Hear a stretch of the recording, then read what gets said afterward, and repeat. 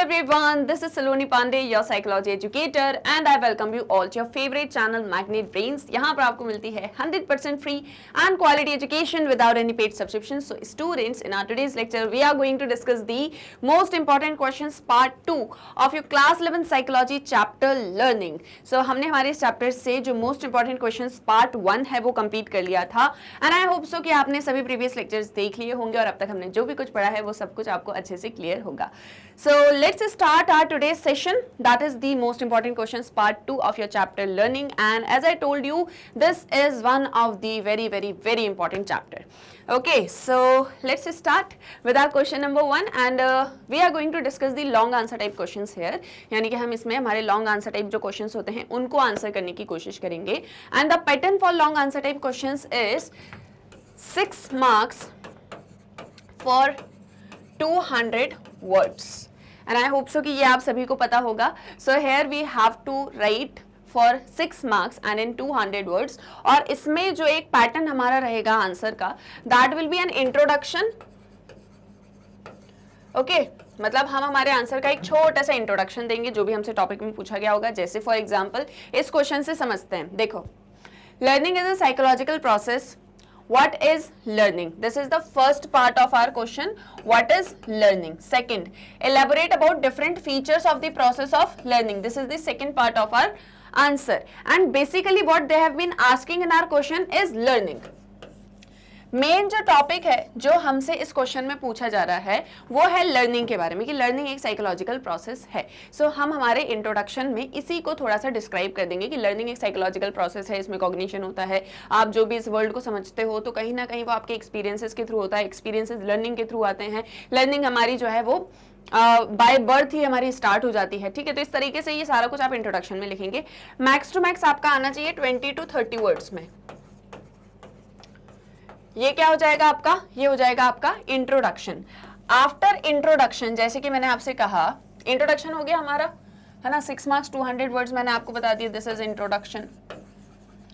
Now after introduction main part हमसे question में क्या पूछा है कि लर्निंग क्या होती है, तो वो हमने इंट्रोडक्शन में बता दिया कि लर्निंग क्या है, लर्निंग एक साइकोलॉजिकल प्रोसेस कैसे है, एक्सेट्रा एक्सेट्रा. इंट्रोडक्शन की जगह आप इसमें इस पर्टिकुलर क्वेश्चन में एक और हेडिंग डाल सकते हैं, मीनिंग ऑफ लर्निंग, है ना, मीनिंग ऑफ लर्निंग. फिर आप मेन पार्ट पर आ जाइए कि लर्निंग ये होती है. थोड़ा अगर आप इसमें कोई एग्जांपल वगैरह देना चाहते हैं तो वो इंक्लूड कर दीजिए. फिर आगे आप नेक्स्ट फीचर्स ऑफ लर्निंग. ठीक है, मैं शॉर्ट में लिख रही हूँ फीचर्स ऑफ लर्निंग. तो अब आपने एक एक करके पॉइंट वाइज जो है पूरा अपने फीचर्स वगैरह लिख दिए. ये याद रखिएगा, जब ये आप फीचर्स, फैक्टर्स, इंपॉर्टेंस, सिग्निफिकेंस, ये सारे टॉपिक्स, कैरेक्टरिस्टिक्स और ये सब चीज़ों के अंदर जब आप आंसर लिखते हो ना तो कोशिश करो इसको पॉइंट्स में लिखने की. ठीक है, एंड हाईलाइट आपको करना ही करना है. जो भी इंपॉर्टेंट टॉपिक आपको दिखता है कि ये इंपॉर्टेंट है, जस्ट डू इट हाईलाइट. जैसे फॉर एग्जाम्पल मान लो ये लाइन बहुत इंपॉर्टेंट है तो इसको हमने हाईलाइट कर दिया कि learning is a psychological process, है ना. अब आप वहाँ हाईलाइटर पेन तो यूज नहीं करते हो बट आप उसको अंडरलाइन कर सकते हो, है ना. Just do this. ओके, सो ये आपका फीचर्स ऑफ लर्निंग हो गया. देन लास्टली कंक्लूजन, की लर्निंग जो है वो एक इंपॉर्टेंट प्रोसेस है, इसी के थ्रू हम सारी चीज़ों को सीख पाते हैं, समझ पाते हैं, एक्सेट्रा एक्सेट्रा. लास्ट में उसको कंक्लूड कर देना. आपका कंक्लूजन जो है वो भी 20-30 वर्ड्स के आसपास ही होना चाहिए. एंड आपका जो मेन पार्ट आप लिख रहे हो वो आपका 150 to 160 वर्ड्स के आसपास होना चाहिए. ऐसे करके आपकी वर्ड लिमिट भी कंप्लीट होगी, आप अपने आंसर में सारे पॉइंट्स को इंक्लूड भी कर पाओगे. So the basic pattern is just do the introduction of your answer और write the introduction of your answer. After introduction go to the main part of the answer. जो भी हमसे क्वेश्चन में पूछा गया है उसको आपको लिखना है और इसके बाद में आपका जितना भी इसी के अंदर मतलब इंक्लूड करेंगे, आपका एग्जाम्पल हो गया, प्लस फ्लो चार्ट्स हो गया, प्लस कोई डायग्राम आपको बनाना है, प्लस कोई टेबल आपको बनाना है, एक्सेट्रा जो भी आप बनाना चाहते हो. ठीक है, वो आपका आ गया. And lastly conclusion. This is the pattern of long answer type questions. सभी क्वेश्चंस को इसी तरह से आंसर करना है. जो मेरे लेक्चर्स को स्टार्टिंग से फॉलो कर रहे हैं वो इस पैटर्न को बहुत भली भांति समझते होंगे, बहुत अच्छे से जानते होंगे, लेकिन जो नहीं जानते हैं उनके लिए मैंने एक बार आपको और बता दिया. Okay, so I think we should start our session with question number 1. As such हमने क्वेश्चन रीड कर लिया कि लर्निंग एक साइकोलॉजिकल प्रोसेस है, लर्निंग क्या होता है, इसके क्या डिफरेंट फीचर्स होते हैं, ये सब आपको एलेबोरेट करना है. तो सबसे पहले लर्निंग के बारे में बताएंगे. देखिए, learning is a psychological process while gradually develops in human being, जो धीरे धीरे करके एक ह्यूमन बीइंग के अंदर डेवलप होता है। लर्निंग की ही वजह से हम जो है hard working, socially knowledgeable, skilled, professionally competent, ये सारी चीज़ें कर पाते हैं। आज मैं जो भी बोल रही हूँ वो आप क्यों समझ पा रहे हो? क्योंकि बचपन से कहीं ना कहीं आपने पढ़ाई की हुई है, आपने स्टडीज़ की हुई है, आपको हर एक चीज़ का नॉलेज है, आप एजुकेटेड हो, है ना। फॉर एग्जाम्पल इस लेटर को एस बोलते हैं, ये आपको कब सिखाया गया था? शायद जब आप नर्सरी क्लास में थे या KG1 क्लास में थे, है ना। अब तो वो LKG और UKG बोलते हैं शायद, ठीक है। तो ये जो है सब आपको कहाँ से पहले से कि ABCD सिखाई, फिर वर्ड्स बनाना सिखाए, कि वर्ड्स को प्रोनाउंस कैसे करना है वो सिखाया, फिर आपको इस वर्ड के बारे में सिखाया, कैसे रीडिंग राइटिंग करना है, न्यूमरेसी कैसे करना है, कैलकुलेशन कैसे करनी है, ये सब आपको सिखाया है, ये सब आपने लर्न किया है। और धीरे धीरे धीरे धीरे वो लर्निंग करते करते आज आप इस स्टेज पर आ गए हो कि आप क्लास 11th में आप साइकोलॉजी को पढ़ रहे हो सलोनी मैम से, ठीक है। तो ये सारी चीज़ें जो हैं लर्निंग के थ्रू ही पॉसिबल हो पाई हैं। तो लर्निंग हर एक चीज़ में हमको कॉम्पिटेंट बनाता है। देन लर्निंग को आप डिफाइन कर सकते हो जो कि एक रिलेटिवली परमानेंट चेंज है बिहेवियर में, या behavioural potential produced by experience. जो भी आप लर्न करते हो उससे आपके एक्सपीरियंसेस होता है, उसकी वजह से आपके बिहेवियर में चेंजेस आते हैं। तो आपके बिहेवियर में परमानेंट चेंजेस भी लर्निंग के थ्रू आ सकते हैं। It refers to a range of changes that take place as a result of one's experiences. हमारे एक्सपीरियंसेस की वजह से लर्निंग के थ्रू हमारे अंदर चेंजेस आते हैं। रिलेटिव परमानेंट चेंजेस जो हैं वो प्रैक्टिस की वजह से होते हैं, and experiences are some of the examples of learning. Practice experiences के थ्रू जो है लर्निंग हमारे अंदर होती है। एग्जांपल्स इंक्लूड करना, साइकोलॉजी में जितने एग्जांपल्स दोगे, जितना ज़्यादा माइंड मैप्स वगैरह बनाओगे, डायग्राम वगैरह बनाओगे, उतने ज़्यादा मार्क्स मिलेंगे, ठीक है। फिर फीचर्स ऑफ लर्निंग की अगर हम बात करें तो बहुत सारे फीचर्स हैं, जैसे number 1 is learning by experience. Learning जो है वो एक्सपीरियंसेस के थ्रू होती है। हम किसी भी इवेंट को एक्सपीरियंस करते हैं ऑन ड्यूरिंग डिफरेंट ओकेशंस, अलग अलग ओकेशंस पे, अलग अलग टाइम पे हमको अलग अलग चीज़ों का एक्सपीरियंस होता है ना। So if an event happens then it may be followed by some other events, like for example students learn that if the bell rings in the hostel in the evening, then it implies that the dinner is ready to be served. If some action is repeatedly done in a specified manner and it gives a satisfaction, this experience leads to the formation of habit. जैसे मान लो hostel में जो बच्चे रहते हैं उनको ये बता दिया जाए कि जब भी बेल रिंग होगी तो आप समझ जाइएगा इवनिंग में कि डिनर लग चुका है ना। तो अब इवनिंग में जब भी बेल रिंग होती है तो सबको पता चल जाता है कि भाई डिनर लग चुका है। धीरे धीरे करके वो इस चीज़ के हैबिचुअल हो जाएंगे कि डिनर करने तभी जाएंगे जब बेल रिंग होगी, अगर बेल रिंग नहीं होगी तो शायद डिनर करने जाएंगे ही नहीं, है ना। सो दैट इज समथिंग कि आप जैसे जैसे आप चीज़ों को एक्सपीरियंस करते जाते हो वैसे वैसे वो आपके हैबिट में आता चला जाता है। एक और एक्सपीरियंस ले लो, मान लो एक बच्चा है वो मैच स्टिक या मैच बॉक्स के साथ में खेल रहा है, मैच स्टिक निकाली, जैसे ही स्ट्राइक करा उसका हाथ जल गया, तो उसको ये चीज़ पता चल जाएगा कि भाई ये जो मैच बॉक्स है ना इसको आगे से मुझे बिल्कुल केयरफुली हैंडल करना है, अदरवाइज मेरे को इससे चोट पहुंच सकती है। सो दैट इज एक्सपीरियंस कि आपने उस चीज़ को एक्सपीरियंस किया, फिर उसके बाद में आपके अंदर लर्निंग होगी। तो लर्निंग जो है वो एक्सपीरियंसेस के थ्रू होता है, ये आप पूरा लिखोगे। आप देख रहे हो ना कैसे आंसर में हम एग्जाम्पल्स देते चल रहे हैं, आपको एग्जाम्पल्स देने हैं। देन होता है टेम्पररी बिहेवियरल चेंज। एक हमने कहा कि हमारे बिहेवियर में रिलेटिवली परमानेंट चेंज आ जाता है, रिलेटिवली। एक जो है लर्निंग के थ्रू टेम्पररी बिहेवियरल चेंजेस भी होते हैं। इसमें क्या होता है, behaviour changes that occur due to learning are relatively permanent. It should be distinguished from the behavioural changes that are neither permanent nor learn. कुछ ऐसे भी हमारे बिहेवियर में चेंजेस आते हैं जिसको ना ही हम लर्न करते हैं, ना ही उसकी वजह से हमारे बिहेवियर में कोई चेंज आता है, और वो ना ही परमानेंट होते हैं।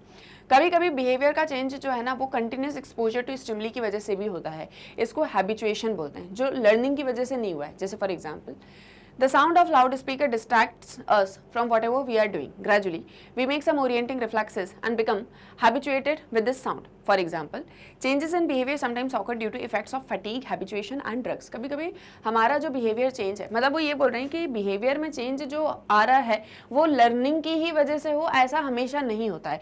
कभी कभी टेम्पररी बिहेवियरल चेंज भी हो जाता है और उसके लिए हम हैबिचुएट हो जाते हैं, या हैबिचुएशन की वजह से ऐसा होता है। अब ये कैसे होता है देखो, तो इसमें वो बोलते हैं कि जैसे मान लो आप पढ़ाई करने बैठते हो रोज़ शाम को 4 बजे, और आपके पड़ोसी रोज़ शाम को 4 बजे डीजे स्टार्ट कर देते हैं और उनके बच्चे डीजे पे डांस करते हैं रात के 8 बजे तक, 4 घंटे डांस करते हैं, ठीक है। या मान लो आपके पड़ोस में कोई डांस क्लास है, अब भाई ऑब्वियस है कि म्यूज़िक का आवाज़ तो आएगा ही आएगा। आपने जाके 2-4 बार बोला कि भाई प्लीज़ थोड़ा वॉल्यूम स्लो कर लो क्योंकि मैं पढ़ाई कर रहा हूँ, मुझे बहुत डिस्ट्रैक्ट होता है। उन्होंने बोला ठीक है कर लेंगे। आप जब तक घर वापस आए उन्होंने फिर से लाउड कर दिया। अब आपने 5-6 बार बोल दिया, सब कुछ कर दिया, सामने वाला मानने को ही तैयार नहीं है, तो आपने क्या किया जाए? आपने कुछ नहीं करते हैं, गेट वेट बंद करो और अपना पढ़ने बैठ जाओ। आपने गेट वगैरह विंडोज़ वगैरह सब कुछ बंद कर लिया, उसके बावजूद भी थोड़ा बहुत साउंड तो आ ही रहा है। अब आपने कहा यार इसकी वजह से मैं अपनी पढ़ाई तो डिस्टर्ब नहीं कर सकता हूँ, तो चलो पढ़ाई करना शुरू करते हैं। धीरे धीरे करके ऐसा होगा कि एक टाइम ऐसा आ जाएगा कि आप हैबिचुएट हो जाओगे, आपको आदत पड़ जाएगी कि डीजे बज रहा है तो बजने दो, कोई डांस कर रहा है तो डांस करने दो, मैं अपनी पढ़ाई शांति से कर लूँगा। आप उस चीज़ के हैबिचुएट हो जाओगे कि आपको म्यूजिक भी सुनाई दे रहा है और आप पढ़ाई कर लोगे। सो ये जो बिहेवियर में चेंज आता है ना, ये लर्निंग की वजह से नहीं आया है ना, और ना ही ये कोई परमानेंट चेंज है, लेकिन ये टेम्परेरी बिहेवियर चेंज कभी कभी हो जाता है, और ये हैबिचुएशन की वजह से होता है। कुछ लोग ड्रग्स वगैरह लेते हैं, उसकी वजह से भी हो जाता है, फटीक की वजह से भी हो जाता है। एक और एग्जाम्पल है, मान लो a girl is reading a textbook for some time और she is trying to learn how to drive a motor car। मतलब मान लो एक लड़की पढ़ाई कर रही है, कोई बुक पढ़ना उसको बहुत अच्छा लगता है, कितने घंटे पढ़ लेगी? 4 घंटे, 5 घंटे, 6 घंटे। एक टाइम ऐसा आएगा ना कि बोर हो जाएगी कि नहीं, अब मुझे जो है मैं बहुत ज़्यादा थक चुकी हूँ, अब मुझे नहीं पढ़ना है। भले आप बोर नहीं भी हो, आपको ये स्टोरी बड़ी इंटरेस्टिंग लग रही है, लेकिन आप थक जाओगे, है ना। वेब सीरीज़ कितने दिन में निपटा लेते हो आप लोग? ऐसा आजकल बहुत चलता है कि वेब सीरीज़ एक ही दिन में पूरा देख के ख़त्म कर दिया। सो बेसिकली ऐसा है कि भले आप पूरे दिन भी मूवी को ही देखते रहोगे, लेकिन एक टाइम तो आएगा ना आपकी आंखें थक जाएंगी, आपका ब्रेन थक जाएगा, आपको बड़ा ही इंटरेस्ट आ रहा है ना, लेकिन फिर भी आप थक जाओगे। तो ये जो टायर्डनेस की वजह से बिहेवियर चेंज हो रहा है, तो ये भी कहीं ना कहीं टेम्पररी बिहेवियरल चेंज का ही एग्जाम्पल है, और इसको हम लर्निंग के अंदर कंसिडर नहीं करते हैं, बट स्टिल हम पढ़ते हैं इसको, ठीक है। So learning involve sequence of psychological event. इसमें बड़े साइकोलॉजिकल टेस्टिंग वगैरह भी होती है लर्निंग के अंदर, है ना, और वो साइकोलॉजिकल टेस्टिंग करके भी जो है हम किसी पर्सन के अंदर लर्निंग कैसे हो रही है वो देख सकते हैं। तो इसमें वो टेस्ट के बारे में दिया हुआ है कि पहले एक प्री टेस्ट करो और उस प्री टेस्ट में ये जानो कि सामने वाले पर्सन को कितना आता है। फिर उसके बाद में ये देखो कि आप उसको जब कुछ लर्न करने को देते हो, कुछ लिस्ट ऑफ वर्ड्स देते हो, तो वो उसमें से कितने याद कर पाता है, कितना टाइम उसको लगता है, कितने रिकॉल कर पाता है, ये सारा कुछ। Learning and inferred process but different from performance. Learning जो है ना वो एक इन्फर्ड प्रोसेस है। जब एक स्टूडेंट एक पोएम रिसाइट करता है और वो रिसाइट करके आपको सुना देता है, तो ये एक परफॉर्मेंस है। आप उसकी परफॉर्मेंस को देख के बताते हो कि स्टूडेंट को अब ये चीज़ याद हो चुकी है या नहीं हो चुकी है ना। तो इस तरीके से लर्निंग एक इन्फर्ड प्रोसेस है, ये परफॉर्मेंस से डिफरेंट है, ठीक है। So by comparing the number of words which a person now knows as compared to what he or she knew, the teacher can infer that learning took place. So thus learning is an inferred process and it is different from performance. Performance is a person's observed behavior or response or action. जैसे मान लो मैंने आपको कहा कि कल आपका test लूंगी, इतना इतना पढ़ के आना। आपने पढ़ लिया, आपने मुझे सुना दिया, तो आपका सुनाना वो परफॉर्मेंस होगा, लेकिन आपने मुझे सब कुछ सही बताया है, सारी चीज़ें अच्छे से आपको याद है या नहीं, ये मैं आपको इन्फर कर पाऊंगी कि आपके अंदर लर्निंग हुई है या नहीं हुई है ना। तो इसीलिए लर्निंग एक इन्फर्ड प्रोसेस है, परफॉर्मेंस से बिल्कुल ही अलग होता है। परफॉर्मेंस तो वो भी हो सकती है कि आप जो है कोई एक्शन कर रहे हो या किसी चीज़ के लिए कोई रिस्पॉन्स कर रहे हो, है ना, that is also performance. But learning हो रही है या नहीं, जैसे अभी आप मेरा लेक्चर देख रहे हो, तो वो देख के हम नहीं बोलेंगे कि आपके अंदर लर्निंग हुई या नहीं, बट लेक्चर देखने के बाद में आप कितनी चीज़ों को याद कर पाते हो, कितना कुछ आपको समझ में आया है, दैट इज लर्निंग। ओके, सो ये सभी फीचर्स हैं, अच्छे से एक्सप्लेन करना, ठीक है, अच्छे से एग्जांपल्स देते देते हुए एक्सप्लेन करना, और साथ ही साथ में और भी जो कैरेक्टरिस्टिक्स या फीचर्स आपको याद आते हैं वो भी अपने आंसर में इंक्लूड करना। जैसे यहाँ पर आप देख रहे हो ना कि हाईलाइट वगैरह प्रॉपरली किया गया है, हेडिंग्स को प्रॉपरली हाईलाइट किया गया है। अब जैसे मान लो हेडिंग है, कोई एग्जाम्पल दे रहे हो इसके अंदर, जैसे मान लो ये आपने लिखा हुआ है, अब इसमें आप हाईलाइट कैसे कर सकते हो, देखो जैसे आपने लिखा फॉर एग्जाम्पल, इसको हाईलाइट कर दो, ठीक है। आपने लिखा कि it is the due to the effects of fatigue, habituation and drugs. आपने एक और एग्जाम्पल दिया, ये इसको हाईलाइट कर दो, है ना। तो ऐसे करके अगर आप अपने आंसर में हाईलाइट करोगे तो कुछ चीज़ें ना अलग से ही शो हो जाएंगी कि हाँ आपको ये सारी चीज़ें पता थी, टीचर को अलग से ये चीज़ पता चल जाएगी। And lastly just conclude your answer. Fine, कोई डाउट तो नहीं है, ऐसे ही क्वेश्चंस को आंसर करना है, ठीक है। चलो देखो next question, discuss about different की प्रोसेसेस ऑफ लर्निंग। लर्निंग के जो की प्रोसेसेस हैं उन्हें हमको यहाँ डिस्कस करना है। सो देखो, learning is a psychological process. Again learning से रिलेटेड क्वेश्चन है। अगर सिर्फ ये क्वेश्चन आपके एग्जाम में आता है तो आपको पहले लर्निंग के बारे में थोड़ा सा डिस्क्राइब करना है ना, फिर आप बताओगे कि क्या क्या प्रोसेसेस होते हैं लर्निंग में। सो लर्निंग एक साइकोलॉजिकल प्रोसेस है जो धीरे धीरे ह्यूमन बींग्स के अंदर डेवलप होता है। बहुत सारे प्रोसेसेस जो हैं वो लर्निंग के अंदर आते हैं, वो क्लासिकल या ऑपरेंट कंडीशनिंग कुछ भी हो, लेकिन लर्निंग के अंदर बहुत सारे प्रोसेसेस होते हैं, डिफरेंट की प्रोसेसेस होते हैं जिसके थ्रू लर्निंग होती है। अब किस तरह से होती है, तो देखो एक होता है रीइंफोर्समेंट, ठीक है, एक क्या होता है आपका रीइंफोर्समेंट। रीइंफोर्समेंट एक ऐसी activity of managing a reinforcer by the experimenter. Reinforcer वो एजेंट्स होते हैं जो रेट ऑफ रिस्पॉन्स को बढ़ा देते हैं। ये पॉजिटिव भी हो सकते हैं, ये नेगेटिव भी हो सकते हैं, है ना। And reinforce responses increase in rate and non reinforce decrease in rate. अब जैसे फॉर एग्जाम्पल मान लो, वो अभी जो मैं आपको एक एग्जाम्पल दे रही थी, और ये एग्जाम्पल मैंने पहले भी दिया है इसलिए मैं फिर से दे देती हूँ। कोई 6 years ओल्ड चाइल्ड है और आप उसको बोलते हो कि आप मुझे कल 4 का टेबल रिसाइट करके सुनाना, मतलब पूरा याद कर लेना फिर आप मुझे सुनाना। अब वो आपके पास आता है, 4 का टेबल सुना देते हो। आप रैंडमली उससे 5 का टेबल भी पूछ लेते हो, तो उसने आपको 5 का टेबल भी बता दिया। तो अब आप क्या करोगे, अरे वाह यार तुमने तो बहुत अच्छा काम करा है, ये लो एक चॉकलेट लो। नेक्स्ट डे वो आपको मिलेगा तो वो एक आपसे एक्सपेक्टेशन रखेगा कि मैं अगर इनको आगे का सुना दूंगा या आगे की टेबल भी मैं इनको याद करके बता दूंगा तो कहीं ना कहीं ये मुझे फिर से चॉकलेट देंगे, है ना। एक तरह का रीइंफोर्सर यहाँ पर क्या है, चॉकलेट, कि आप उसको जितनी ज़्यादा चॉकलेट देते चलोगे वो उतना ज़्यादा उसका रेट ऑफ रिस्पॉन्स बढ़ जाएगा, कि वो हर दिन आपको कोई ना कोई न्यू टेबल आकर जो है सुनाने लग जाएगा, मतलब याद करके आपको बता देगा कि देखो मुझे सारा कुछ याद है, ठीक है। सो दैट इज पॉजिटिव रीइंफोर्समेंट। और जब हम चाहते हैं कि हमको ये वाला रिस्पॉन्स नहीं चाहिए तो हम उसको रीइंफोर्स नहीं करते हैं। जैसे फॉर एग्जाम्पल मान लो कोई 14 years ओल्ड चाइल्ड है और वो जो है अपने पेरेंट्स से जब भी कोई न्यू मूवी थिएटर में आती है तो हमेशा जिद करता है कि मूवी दिखाने लेके चलो। एक दो बार तो पेरेंट्स ले जाते हैं, लेकिन धीरे धीरे पेरेंट्स को ये समझ में आया कि ये तो इस तरीके से मतलब बिल्कुल जिद करने लग गया है कि कोई भी मूवी आती है तो इसको सीधे पहले जो है मूवी दिखाने लेके चलो, और नहीं लेके जाते हैं तो ये रोना गाना करने लग जाता है। तो पेरेंट्स ने डिसाइड किया कि सुनो एक काम करते हैं, जब जब ये रोएगा मूवी देखने के लिए हम इसको नहीं लेके जाएंगे, जब जब ये शांति से अच्छे से बोलेगा और प्यार से उस चीज़ पर हमसे डिस्कशन करेगा तो हम इसको मूवी दिखाने के लिए लेके चले जाएंगे। तो दैट इज कि हम उसके बिहेवियर को चेंज कर रहे होते हैं इस तरह का एक रीइंफोर्सर देके, है ना। तो ये जो है रीइंफोर्समेंट होता है ना, ये रेट ऑफ रिस्पॉन्स को बढ़ा देता है। Positive reinforcer increases the rate, है ना, and that comes before its presentation, and negative reinforcers increases the rate of response that comes before their removal. Reinforcers में भी प्राइमरी और secondary. Negative reinforcer rate of response को बढ़ा देता है जो उसके रिमूवल के पहले आ रहा होता है। रिमूवल के पहले इन द सेंस कि जैसे मान लो कोई चीज़ ऐसी है जो आपको अफेक्ट करने वाली है तो हम पहले ही उसका रीइंफोर्सर दे देंगे।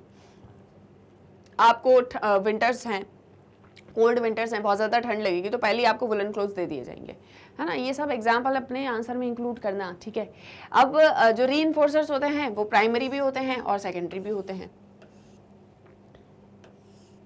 ये हाईलाइट कर करके मैं आप लोगों को बता रही हूँ कि कैसे आपको भी अपने एग्जाम में करना है, ओके। अब प्राइमरी और सेकेंडरी क्या होते हैं, देखो प्राइमरी रीइंफोर्सर वो होते हैं जो बायोलॉजिकली इंपॉर्टेंट है, जो आपके सर्वाइवल के लिए बहुत ज़्यादा इंपॉर्टेंट है, एग्जाम्पल फूड। सेकेंडरी रीइंफोर्सर वो होते हैं जो इन्वायरमेंट के साथ में आपके जो भी सारे एक्सपीरियंसेस होते हैं ना तो उसके लिए इंपॉर्टेंट है। जैसे फॉर एग्जांपल मान लो आपका पेट तो भर गया प्राइमरी रीइंफोर्सर से, लेकिन अब आपको अगले दिन अपना पेट भरने के लिए पैसा भी तो चाहिए, तो मनी इज अ सेकेंडरी रीइंफोर्सर, ठीक है। तो रीइंफोर्सर्स मनी, प्रेज, ग्रेड्स, ये सब सेकेंडरी रीइंफोर्सर्स हैं, ओके। क्लियर। ऐसे आपको अपने आंसर में भी हाइलाइट्स वगैरह करने हैं अच्छे से, नीट एंड क्लीन प्रैक्टिस करोगे तो सब हो जाएगा, ठीक है। फिर है आपका एक एक्सटिंक्शन। देखो मैं इसका ना आपको एक फ्लो चार्ट बना के दिखाती हूँ, आप अपने आंसर में इंक्लूड कर देना, ओके। सो हमसे क्वेश्चन ने क्या पूछा है, processes of learning, processes of learning, ठीक है।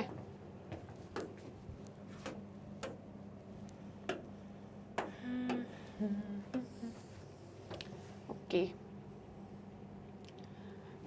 Fine. So processes of learning number 1 you have is reinforcement, reinforcement, है ना, सही लिखी मैंने स्पेलिंग, ठीक है। अब ये भी दो तरह के होते हैं, एक होता है पॉजिटिव, ठीक है, और एक आपका होता है नेगेटिव, ओके। एक आपका होता है प्राइमरी और एक आपका जो है होता है सेकेंडरी, ठीक है। इसके बाद में जो नेक्स्ट है वो क्या है, एक्सटिंक्शन, एक्सटिंक्शन बेसिकली क्या होता है? Disappearance of learning. जो भी आपने कुछ लर्न किया है वो सब आप भूल जाओ। मान लो मैंने आज आपको जो भी कुछ पढ़ाया, 1 साल बाद मैं आपसे पूछूंगी तो शायद आपको याद नहीं रहेगा। क्यों? क्योंकि जो भी हमने लर्न किया होता है ना वो एक्सटिंक्ट हो जाता है। आपने 8th क्लास में साइंस के जो फॉर्मूलेज पढ़े थे या मैथ्स के जो फॉर्मूलेज पढ़े थे, क्या आपको आज वो याद हैं? नहीं होंगे। क्यों? एक्सटिंक्शन हो चुका है। कैसे हुआ एक्सटिंक्शन? एक्सटिंक्शन इसलिए हुआ क्योंकि हमने उसको रिकॉल नहीं करा, है ना। तो अगर हम नहीं चाहते कि एक्सटिंक्शन हो और हम जो भी पढ़ रहे हैं, जो भी याद कर रहे हैं वो हम ना भूलें, तो उसके लिए आपको क्या करना होगा? आपको ना उसको बार बार रिकॉल करना होगा, बार बार उसको रिवाइज करना होगा, बार बार आपको उस चीज़ को याद करना होगा। यहाँ पर लर्निंग में हम क्या करते हैं? हम री इन्फोर्समेंट प्रोवाइड करते हैं। Learn response is it means even if learned response is not reinforced, it would continue for some time. Learning shows resistance to extinction, कि अगर बार बार आपने उसको रिवाइज नहीं किया तो शायद आप उस चीज़ को भूल जाओगे। तो बहुत सारे फैक्टर्स होते हैं जिसकी वजह से आप रेसिस्ट कर जाते हो या आपको जो भी आपने याद किया था वो सब आप भूल जाते हो। तो resistance to extinction increases and learn response reaches its highest level and performance gets stabilised when number of reinforced trials are increase. तो जितना ज़्यादा उसको याद करवाया जाएगा उतना ज़्यादा वो उस एक चीज़ को मतलब लर्न करके हमेशा रखेगा। साथ ही साथ में रीइंफोर्समेंट का नंबर बढ़ा दो और साथ ही साथ में reinforcement is delayed during acquisition trials. अगर आप कंटिन्यूस रीइंफोर्समेंट देते रहोगे, जैसे फॉर एग्जांपल मान लो आज आप क्लास 11th में जो भी कुछ पढ़ रहे हो शायद आप 1 साल बाद भूल जाओगे, लेकिन अगर मैं आपको उसको रिवाइज करवाती रहूंगी तो आप नहीं भूलोगे। अगर मैं आपको उस चीज़ के लिए किसी तरह का एक रीइंफोर्समेंट देती रहूंगी, मान लो मैं ऐसा बोलूँ कि अगर आपको क्लास 11th में आपने जो भी कुछ पढ़ा था वो सब कुछ याद है तो 12th में मैं आपको एक्स्ट्रा मार्क्स दूंगी, तो कहीं ना कहीं आप उस चीज़ को याद रखोगे। लेकिन अगर मैं ऐसा बोलूँ कि हर एक आंसर सुनाओगे तो 1-1 मार्क्स आपका क्लास 12th में बढ़ा दूंगी, तो दैट विल नॉट वर्क। तो मुझे क्या करना है? मैं आपको कभी तो रीइंफोर्समेंट दूंगी, कभी रीइंफोर्समेंट नहीं दूंगी। तो ऐसे क्या होगा कि एक फ्लो में आपकी वो स्टडी बनी रहेगी और लर्निंग आपके अंदर होती रहेगी। तो बोलते हैं कि कंटिन्यूस रीइंफोर्समेंट ज़्यादा अच्छा होता है एक्सटिंक्शन से बचने के लिए। Then generalisation and discrimination. The phenomena of responding similarly to similar stimuli is known as generalization, and discrimination is a response due to difference. The discriminative response depends on the discrimination capacity or discrimination learning of the organism. फिर होता है spontaneous recovery. ये सब आपका extinction के अंदर ही आपको पढ़ना है ना, कि अगर जो है आप जनरलाइजेशन करोगे और डिस्क्रिमिनेशन तो उसके थ्रू भी आप कितना जो भी आपने लर्न किया है वो आपको लर्न रहेगा या नहीं रहेगा, उसी चीज़ को बताया जा रहा है। स्पॉन्टेनियस रिकवरी में ये होता है कि मान लो लर्न रिस्पॉन्स अब एंड हो चुका है, मतलब जो लर्निंग हुई थी अब वो खत्म हो चुकी है, तो फिर क्या करोगे कि after lapse of considerable time the learn और conditional response recovers and occurs to the conditioned stimuli. तो ऐसा होगा कि शायद आपको कंडीशन करके जो चीज़ लर्न करवाई गई थी कुछ समय तक आप उसको शायद भूल जाओ, लेकिन अगर बाद में कभी आपको वापस से वैसी ही कंडीशन दिखती है तो जो आपने लर्न किया था वो आप वापस से रिमेंबर कर लोगे। क्लियर? तो इसको बोलते हैं स्पॉन्टेनियस रिकवरी और ये आपका यहाँ पर कंप्लीट होता है। ठीक है, तो इस तरीके से आपको प्रोसेसेस बताने हैं लर्निंग की कि कैसे कैसे लर्निंग होती है, फिर कैसे आप उसको भूलते हो, फिर कैसे वो आपको दोबारा याद करवाया जाता है एक्सेट्रा। पूरा जो पढ़ा है ना वो सब आपको अपने आंसर में इंक्लूड करना है। एक चीज़ मैं आपको बता दूं, पहले इसका डिस्क्लेमर दे देती हूँ कि जो क्वेश्चंस आपको दिख रहे हैं ना आपका फोकस क्वेश्चंस पर रहना चाहिए, और जो मैं आपको एक जनरल बता रही हूँ आंसर में कि आप ये पॉइंट्स लिख सकते हो, आपका फोकस उस पर रहना चाहिए। बोर्ड पर पूरे आंसर में क्या क्या पॉइंट्स लिखे हैं, अगर आप सोच रहे हो कि मैं पूरा का पूरा कॉपी कर लूँगा और मैं अपने एग्जाम में सेम ऐसा लिख दूंगा, नहीं करना है ये काम। आप भूल जाओगे, लर्निंग नहीं होगी, है ना, आपका एक्सटिंक्शन हो जाएगा। तो अगर आपको भी रेसिस्टेंस टू एक्सटिंक्शन चाहिए, यानी जो भी आपने लर्न किया अगर आप वो नहीं भूलना चाहते हो, तो आपको क्या एक चीज करनी है, देखो बोर्ड पे लिखा हुआ आंसर गलत नहीं है, आप भी उस आंसर को अपने आंसर में लिख सकते हो, नो प्रॉब्लम, अपनी कॉपी में उसको भी लिख लेना। बट द थिंग इज कि आप खुद से सोचो, है ना, अपने वर्ड्स में आंसर को लिखने की कोशिश करो। आपने बुक में और भी टॉपिक्स पढ़े होंगे, आपको लगता है कि ये वाला पॉइंट भी यहाँ पर रेलिवेंट है, फिट हो रहा है, तो आप उसको वहां पर लगाओ। आपको लगता है ये वाला एग्जाम्पल मैं इसमें लिख सकता हूँ, तो लिखो, खुद से सोचने की कोशिश करो। बिकॉज मैंने जितना साइकोलॉजी के पेपर्स देखे और जितना मेरा एक्सपीरियंस रहा है, they never ask direct questions from your book. वो कभी आपसे डायरेक्ट क्वेश्चंस नहीं पूछते हैं, वो आपको घुमा फिरा के कंडीशन बेस्ड क्वेश्चन देते हैं और घुमा फिरा के क्वेश्चन देते हैं और बोलते हैं अब इसका आंसर दो। फिर आपने जो भी ये यहाँ से लर्न किया होगा या जो भी आपने रटा होगा वो आप सब भूल जाओगे। तो बेटर है कि आप क्या एक चीज करो, आप अपने वर्ड्स में आंसर को जो है बनाने की कोशिश करो। और दूसरी इंपॉर्टेंट चीज है कि आप कंसेप्ट अपना क्लियर रखो। जब लर्निंग की बात आ रही है तो लर्निंग क्या होता है, स्पॉन्टेनियस रिकवरी मैंने बोला तो स्पॉन्टेनियस रिकवरी क्या होता है, रेसिस्टेंस टू एक्सटिंक्शन मैंने बोला तो ये एक चीज क्या होती है। अगर ये वाले कंसेप्ट आपके क्लियर हैं तो क्वेश्चन फिर कुछ भी आएगा आप आंसर कर पाओगे। क्लियर। तो इसीलिए यहाँ जो भी लेक्चर्स है ना वो आपके लिए एक जनरल आइडिया है कि ये जो है एग्जाम में पूछा जा सकता है। और ऐसा नहीं है जो मैग्नेट ब्रेन्स में पढ़ा रहे हैं ना उसके बाहर आएगा भी नहीं, वैसे भी हम जो पढ़ा रहे हैं वही आएगा एग्जामिनेशन में, लेकिन फिर भी आप अपने से हर एक चीज़ के लिए 200% प्रिपेयर रहो, है ना। अक्सर पूछते हैं 200% क्या होता है मैम, 200% मतलब कि 1% की भी गुंजाइश नहीं है, ना कि मैं अपनी तरफ से पूरी तरह से रेडी हूँ, ठीक है। तो कंसेप्ट अपने क्लियर रखो, कहीं कोई डाउट आता है तो वो मुझसे कमेंट सेक्शन में पूछो, लेकिन अपने से आंसर्स बनाने की कोशिश करो।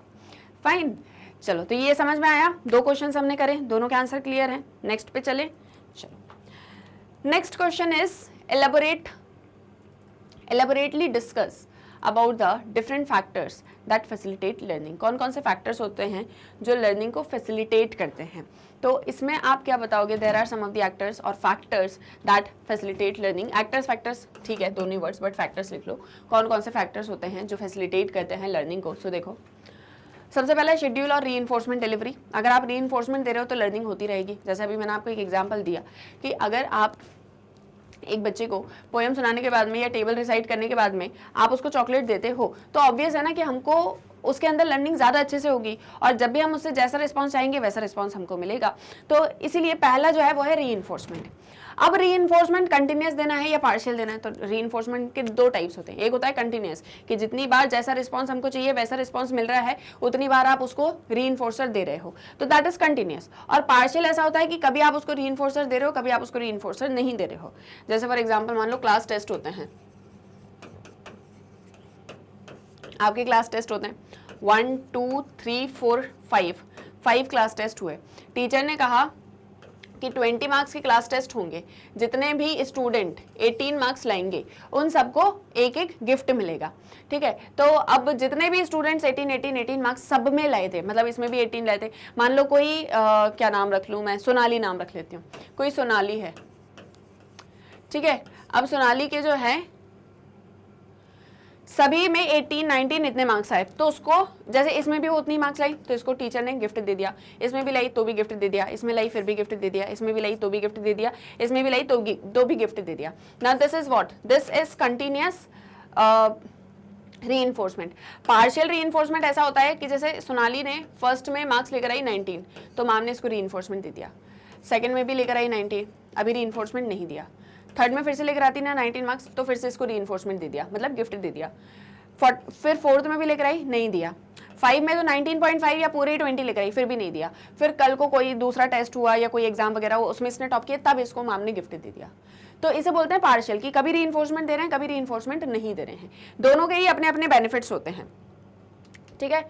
कंटिन्यूअस रीइंफोर्समेंट में ऐसा होता है कि हाई रेट ऑफ रिस्पॉन्डिंग होता है, क्योंकि पता होता है कि भाई हर बार हमको रीइंफोर्सर मिलेगा तो हम वैसा ही रिस्पॉन्स देते हैं। लेकिन इसमें एक डीमेरिट ये होता है कि जैसे ही रीइंफोर्समेंट रुकेगा वैसे ही रिस्पॉन्स आना भी स्टॉप हो जाता है। जैसे मान लो आपको टीचर ने फर्स्ट और सेकंड में तो रीइंफोर्समेंट दिया, मतलब गिफ्ट दिया, थर्ड में भी गिफ्ट दे दिया, फोर्थ में गिफ्ट नहीं दिया, तो फिफ्थ में आपके मार्क्स उतने अच्छे नहीं आएंगे, क्योंकि कहीं ना कहीं वो रीइंफोर्समेंट रुक गया जो आपको मोटिवेशन दे रहा था, ठीक है। तो ये एक चीज़ इसमें होती है। और फिर क्या होता है, रिस्पॉन्स रेट बहुत ही तेज़ी से नीचे गिर जाता है, जैसा रिस्पॉन्स हमको चाहिए वैसा हमको नहीं मिलता। पार्शियल रीइंफोर्समेंट का फायदा ये है कि अगर रीइंफोर्समेंट रुक जाता है तब भी वो प्रैक्टिस करना नहीं छोड़ता, क्योंकि उसको ऐसा लगता है कि शायद इस बार रीइंफोर्समेंट नहीं मिला लेकिन नेक्स्ट टाइम में तो मिल जाएगा। क्लियर। तो ये आपका पार्शियल रीइंफोर्समेंट होता है। देखो, in schedules where reinforcement is not continuous, some responses are not reinforced, therefore they are called partial or intermittent reinforcement. Partial reinforcement schedules usually produce very high rates of responding, particularly when responses are reinforced according to ratio. And in this type of schedule, it becomes difficult to tell when a reinforcement has been stopped or just delayed, because an organism makes several responses that are not reinforced.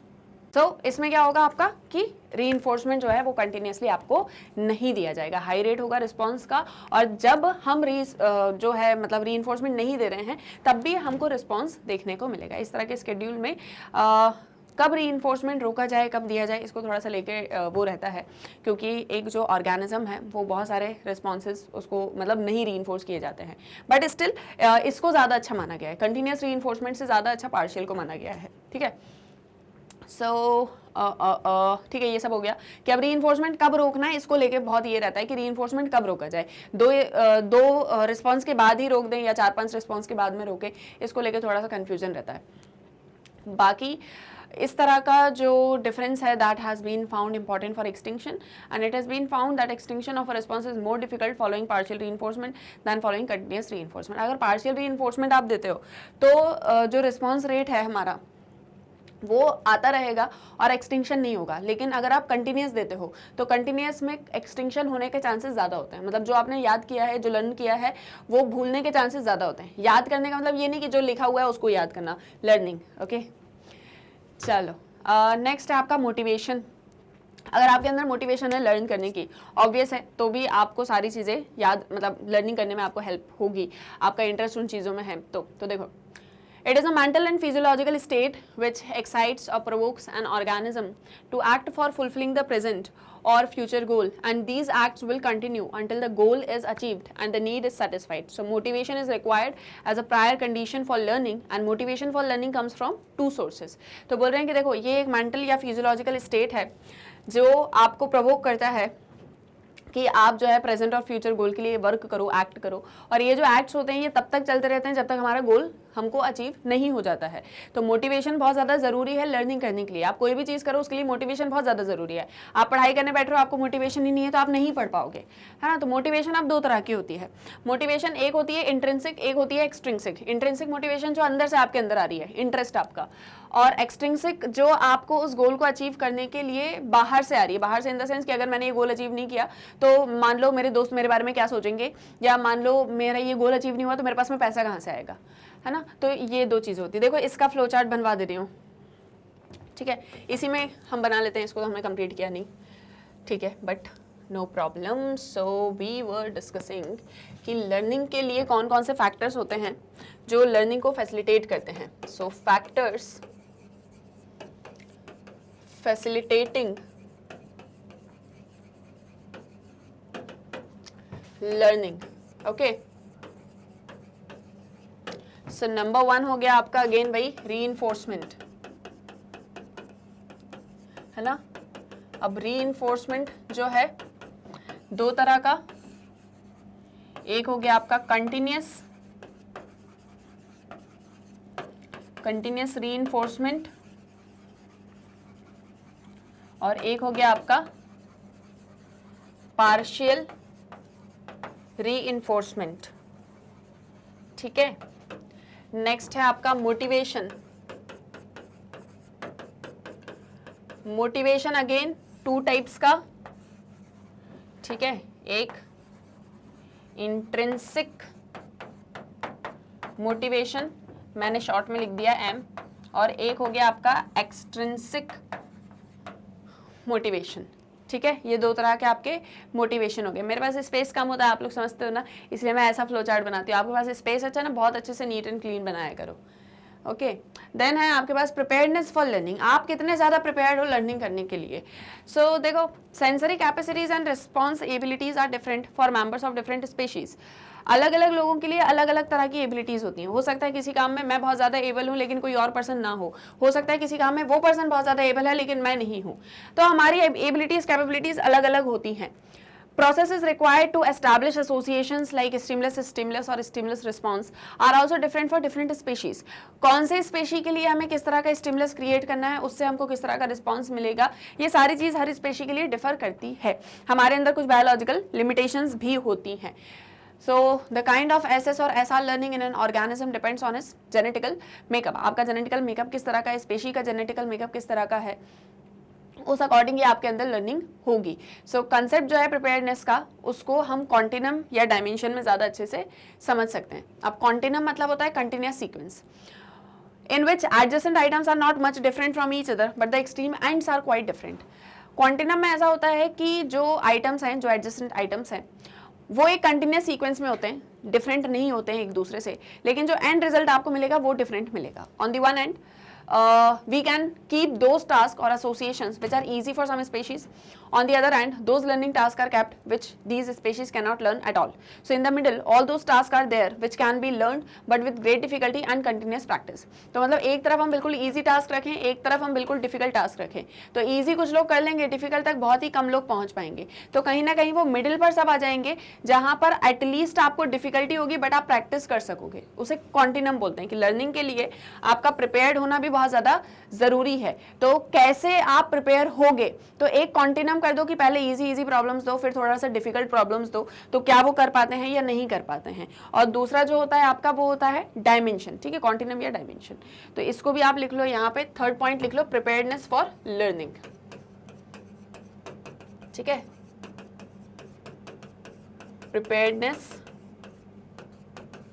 For learning. आप learning करने के लिए कितने ज्यादा prepare हो, ये भी बहुत ज्यादा इंपॉर्टेंट है. यहाँ इंट्रिंसिक में इंटरेस्ट लिख लेना, एक्सट्रिंसिक में जो है मनी लिख लेना. क्लियर. तो ये हो गया आपके फैक्टर्स फैसिलिटेटिंग लर्निंग. अच्छे से देखो, एक्सप्लेन करोगे ना, जितना अच्छे से एक्सप्लेन करोगे, जितने अच्छे से एग्जांपल्स दोगे, all will benefit ultimately you people. Fine, good. चलो आगे बढ़ते हैं. नेक्स्ट आ जाते हैं हमारे क्वेश्चन नंबर 4 पे. So what question number 4 is saying, let's have a look. The principles of learning have great value for improving human life in all spheres of life. Justify and discuss in detail about different applications of learning principles. जो learning principles होते हैं उनमें बहुत great value होती है, मतलब बहुत important होते हैं कि वो ह्यूमन लाइफ के हर एक स्फीयर को चेंज कर सकते हैं.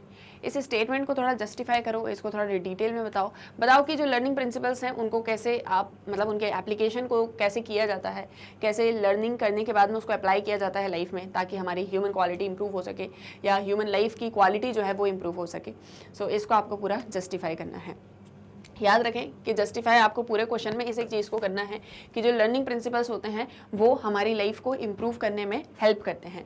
मतलब अगर आपको लर्निंग होती है तो ऑब्वियस है कि आपकी लाइफ इंप्रूव होगी. एग्जांपल देखो, आप आज एजुकेट हो रहे हो, आप लर्निंग कर रहे हो. एजुकेशन भी एक तरीके से लर्निंग प्रोसेस ही है ना, जहाँ पर आप स्किल्ड भी बन रहे हो, जहाँ पर आपको हर एक चीज़ के बारे में पता चल रहा है, आप लिटरेट बन रहे हो. जैसे जैसे आप लिटरेट होते चल रहे हो, इवन अभी तो आप 11th में हो, आप 12th में जाओगे, फिर आप ग्रेजुएशन करोगे, मे बी आप मास्टर्स भी करोगे, आप देखोगे कि कितना ज़्यादा इंप्रूवमेंट आपके अंदर आता जाएगा, कितनी ज़्यादा क्वालिटी ऑफ लाइफ आपकी ऑटोमेटिकली अच्छी होती चली जाएगी. So that is because of the learning. So उसके बारे में आपको यहाँ पर बताना है. क्लियर. क्वेश्चन आ गया समझ में? ठीक है, देखो अब देखो answer. Principles of learning have great value. Activities and behaviors that make personal, social, economic life peaceful and enjoyable are learned, and their learning should be psychologically guided. जो भी एक्टिविटी या बिहेवियर आप करते हो, चाहे वो आपकी पर्सनल, सोशल, इकोनॉमिक लाइफ से हो, इन सबको पीसफुल और एंजॉयबल तब बनाया जाता है जब आपके अंदर लर्निंग होती है. लर्निंग एक साइकोलॉजिकल प्रोसेस है ना. 4 एरियाज हैं जहाँ पर हम लर्निंग प्रिंसिपल्स का एप्लीकेशन देख सकते हैं. देखो कौन कौन से. एक है ऑर्गेनाइजेशन में, दूसरा है माल एडजस्टिव बिहेवियर में, तीसरा है आपका modelling and re enforcement, bio feedback, rearing children, school learning. Sorry, school learning एक आपका हो गया, रियरिंग चिल्ड्रन आपका हो गया, आपका माल एडजस्टिव बिहेवियर हो गया और ऑर्गेनाइजेशन हो गया, है ना. फ्लो चार्ट इसका भी बना सकते हो, कोई दिक्कत नहीं है. ठीक है, पहले ऑर्गेनाइजेशन की बात करते हैं. देखो ऑर्गेनाइजेशंस में absenteeism, regular medical leave, indiscipline, lack of proper skills, ये सब सीरियस प्रॉब्लम्स होती हैं. आप भी जब कभी जॉब वगैरह करोगे ना तो आपको ये सारी चीज़ें समझ में आएंगी कि कैसे मेडिकल लीव ली जाती है. आपके पेरेंट्स लेते होंगे, है ना, कभी कभी बीमारी करके कि आज हम बीमार हैं, आज हमारे घर में ये बीमार है, आज वो है, तो कभी लीव ले ली, है ना, एब्सेंट हो गए, आज नहीं जा रहे हैं ऑफिस, मन नहीं था, या कोई भी ऐसी चीज़ है. आपने देखा होगा घर में कभी ना कभी कोई ना कोई ये पर्सन करता रहता है. ऐसा नहीं बोल रही हूँ कि रेगुलरली आपके पेरेंट्स करते हैं, लेकिन आपके पेरेंट्स अगर 1-2 दिन कर रहे हैं तो सोचो एक कंपनी के अंदर अगर 100 इंडिविजुअल्स जॉब कर रहे हैं और एक महीने में, एक अंदाज़ा लगाते हैं, ठीक है, एक कंपनी में 100 एम्प्लॉयज़ हैं, ठीक है, 100 एम्प्लॉयज़ हैं पूरे टोटल मिला के, सबको मिला के, सब मिला लो, ओनर भी मिला लो, मैनेजर भी मिला लो, सब मिला लो, पूरे मिला के 100 हैं टोटल. अब ऑब्वियस है ओनर मैनेजर ज़्यादा तो नहीं करेंगे छुट्टी, लेकिन जो एम्प्लॉयज़ होंगे जो वर्क कर रहे हैं, है ना, जो थोड़ा मतलब A-B लेवल तक होंगे. अब मान लो इनमें से हर एक पर्सन एक पूरे महीने के अंदर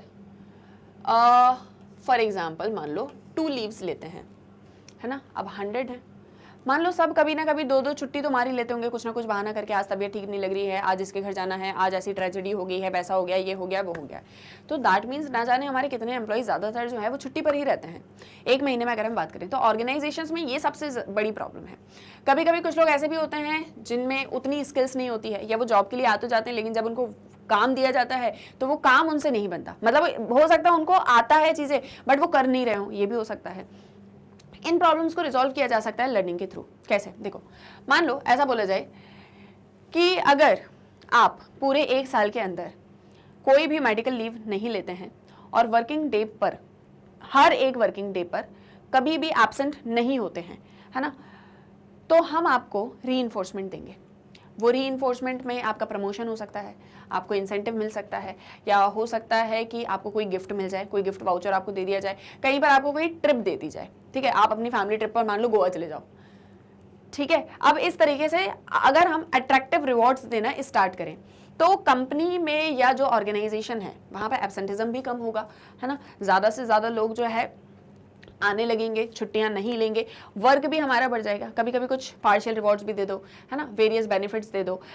मैनेजर को as a role model work करना चाहिए कि भाई आप मैनेजर को देखो, मैनेजर बिल्कुल भी छुट्टी नहीं लेते हैं जब तक कि कोई ऐसी कंडीशन ना आ जाए। मैनेजर आपसे बिल्कुल टाइम पे आ जाते हैं, हमेशा टाइम पर, जो उनका जब टाइम खत्म होता है तभी ऑफिस से निकलते हैं, कभी कभी एक्स्ट्रा वर्क भी करते हैं और उसकी अपनी एक्स्ट्रा मेहनत के लिए कोई कुछ नहीं बोलता है। दे आर जस्ट लाइक कि ये हमारी कंपनी है और हम इसके लिए काम कर रहे हैं, तो हमारे एम्प्लॉयज़ को भी वैसे ही करना चाहिए। इस तरह का एक मोटिवेशन अगर हम देते हैं तो लर्निंग जो है वो बहुत अच्छे से होती है, और इस तरीके की लर्निंग जो है वो ऑब्वियस है कि आपकी क्वालिटी ऑफ लाइफ को इंप्रूव करेगी ही करेगी। दूसरा है माल एडजस्टिव बिहेवियर, है ना, एप्लीकेशन बता रहे लर्निंग का कहाँ पर हो सकता है। दूसरा है माल एडजस्टिव बिहेवियर। मान लो किसी का बिहेवियर जो है वो बिल्कुल भी अच्छा नहीं है, वो बड़ा ही सोशली अनएक्सेप्टेबल बिहेवियर या हैबिट्स उसकी हैं, तो क्या किया जाए, कैसे उसके बिहेवियर को चेंज करें। तो ऐसे में आपको क्या करना है, आपको प्रिंसिपल ऑफ एक्सटिंक्शन को यूज़ करना है। ठीक है, मतलब some of the important procedures are, कैसे आप कर सकते हो। Implosive therapy and flooding are use to treat children and adults who show avoidance behaviour with irrational and unfounded fear. Implosive therapy और फ्लडिंग, ये दो चीज़ जो है मतलब की जा सकती हैं, या इस तरह की थेरेपी दी जा सकती है ऐसे बच्चों को या ऐसे एडल्ट्स को जो कहीं ना कहीं अवॉइडेंस बिहेवियर को शो करते हैं। मतलब कोई भी चीज़ हो तो उस एक चीज़ को लेके उनका बिहेवियर जो है वो पॉजिटिव नहीं है या अच्छा नहीं है। इम्प्लोसिव थेरेपी में intense recollection and assessment of fear producing situation और events in a patient's life in order to produce more appropriate responses to similar situations. And in flooding exposure takes with an actual feared object and is considered to be the most effective of all treatment for fear. Implosive therapy में ऐसा करते हैं कि पूरा जिस भी चीज़ से डर लग रहा है एक पर्सन को, वो पूरी सिचुएशन वहाँ पर क्रिएट की जाती है ना, और फिर उस एक सिचुएशन में इंडिविजुअल के उस डर को दूर किया जाता है। फ्लडिंग में ऐसा होता है कि एक्चुअल में जिस चीज़ से आपको डर लगता है वही चीज़ आपके सामने लेके आई जाएगी और आपके डर को भगाने की कोशिश की जाएगी। तो इस तरीके से क्या होगा कि आपको किसी तरह का कोई फोबिया है या आपको किसी तरह का कोई डर है, एंग्जाइटी है, तो वो आपके मन से निकल जाएगी। ठीक है, ये मैं बहुत शॉर्ट में बता रही हूँ और इतने ही शॉर्ट में आपको आंसर में भी लिखना है ना, बहुत डिटेल में नहीं पता चला। इम्प्लोसिव थेरेपी बताने में 200 वर्ड्स हो गए। फिर सिस्टमैटिक डिसेंसिटाइजेशन में ऐसा होता है कि जिन लोगों को एंग्जाइटी, फियर्स, नर्वसनेस, ये वाली चीज़ें होती हैं वो दूर किया जाता है। सिस्टमैटिक डिसेंसिटाइजेशन में हम हमारे जो पेशेंट है या जो भी हमारा क्लाइंट है उसको बिल्कुल रिलैक्स करवा देते हैं, बिल्कुल रिलैक्स की सिचुएशन में लाके जो भी उसकी प्रॉब्लम है उसको डील करते हैं। ठीक है, इस थेरेपी में काउंटर कंडीशनिंग यानी an attempt to reverse the process of classical conditioning by pairing the important stimulus with a new condition responses used. तो कंडीशन स्टिमुलस को बिल्कुल रिवर्स करके फिर यहाँ पे यूज़ किया जाता है। अवर्जन थेरेपी भी होती है। अवर्जन थेरेपी में क्या करते हैं, जो भी ऐसी हैबिट्स हैं जो अनडिजायरेबल हैं उन्हें दूर करने की कोशिश की जाती है। जैसे मैंने आपको एक एग्जाम्पल दिया था, मान लो कोई अल्कोहल कंज्यूम करता है तो आप उसको कोई ऐसी चीज़ देने लग जाते हैं इस थेरेपी में, कोई ऐसी टैबलेट वगैरह या कुछ देने लग जाते हैं कि जब भी वो अल्कोहल को स्मेल करेगा तो उसको वॉमिटिंग आएगी।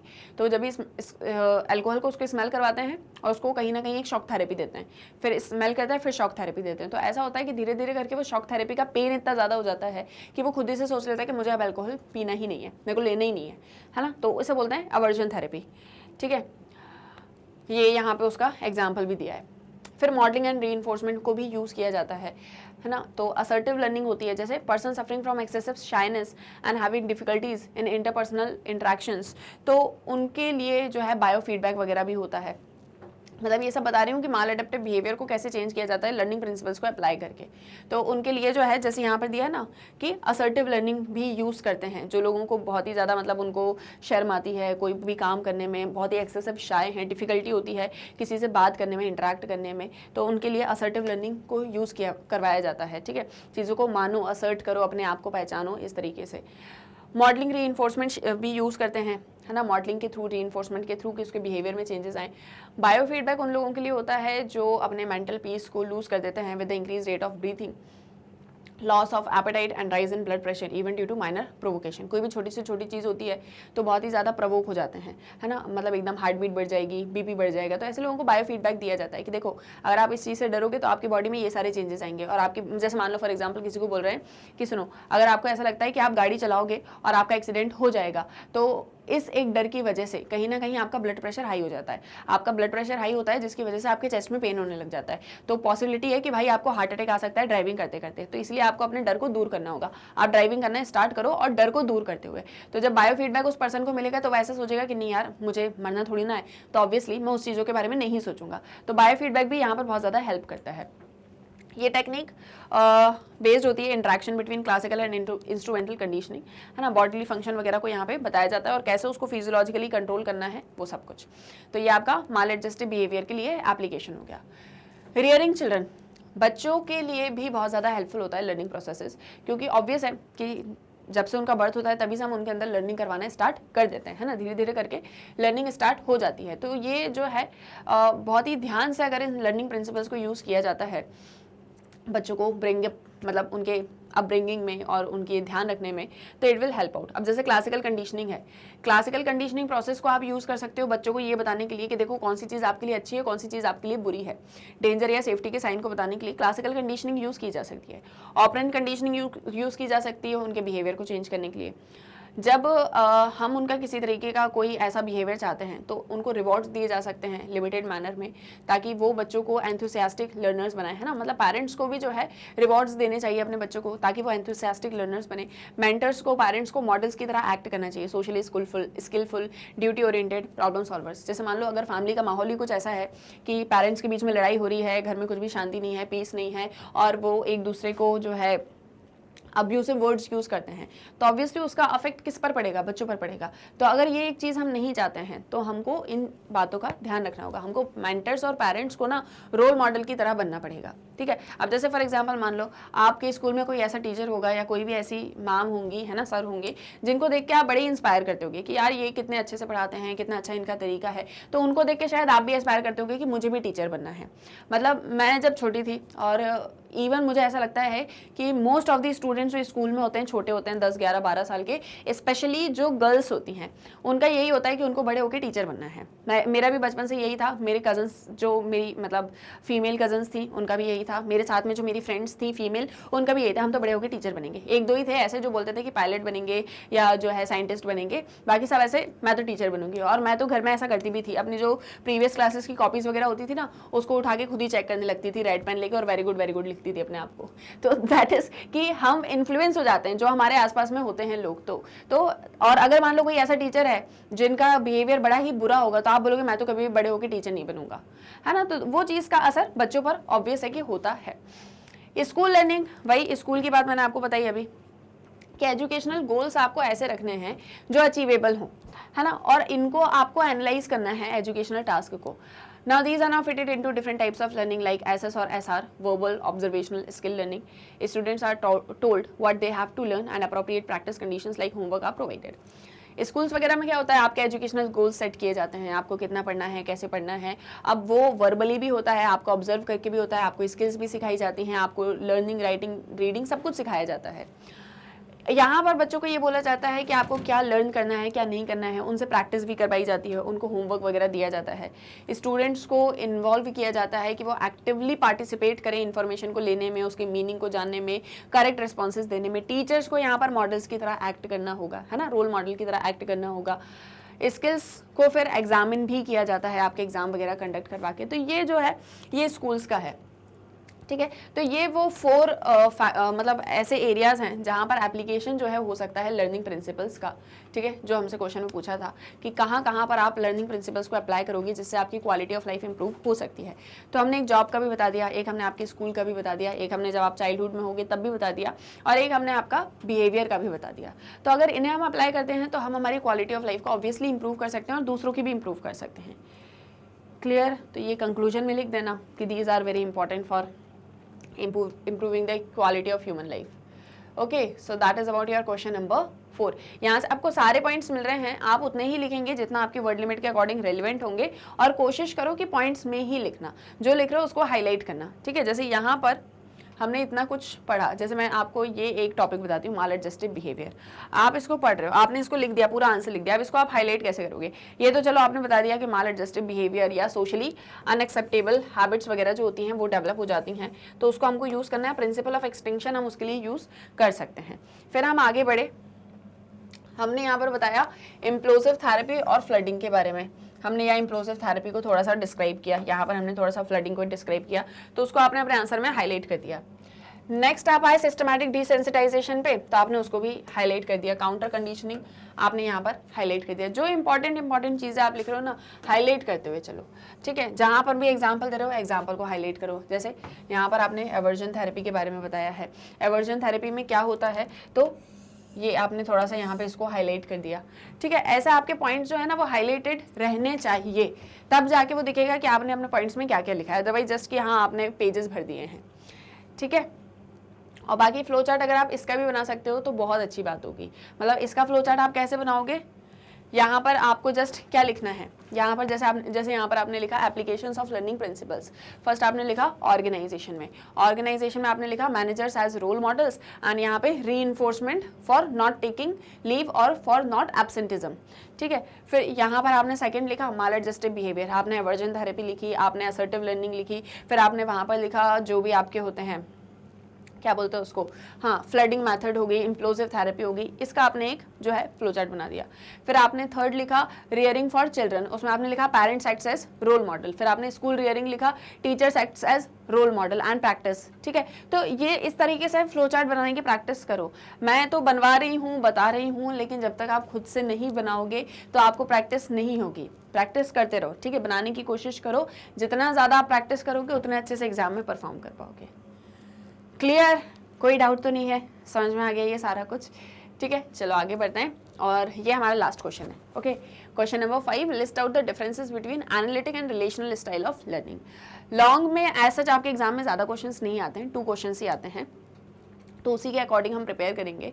लॉन्ग में अगर आप 25-30 क्वेश्चन को प्रैक्टिस करते हैं एक चैप्टर से, तो दैट विल नॉट वर्क, क्योंकि सिर्फ 2 क्वेश्चंस आने हैं पूरे पेपर में लॉन्ग वाले, ठीक है। तो इसलिए कम से कम करो, लेकिन क्वालिटी वाले करो।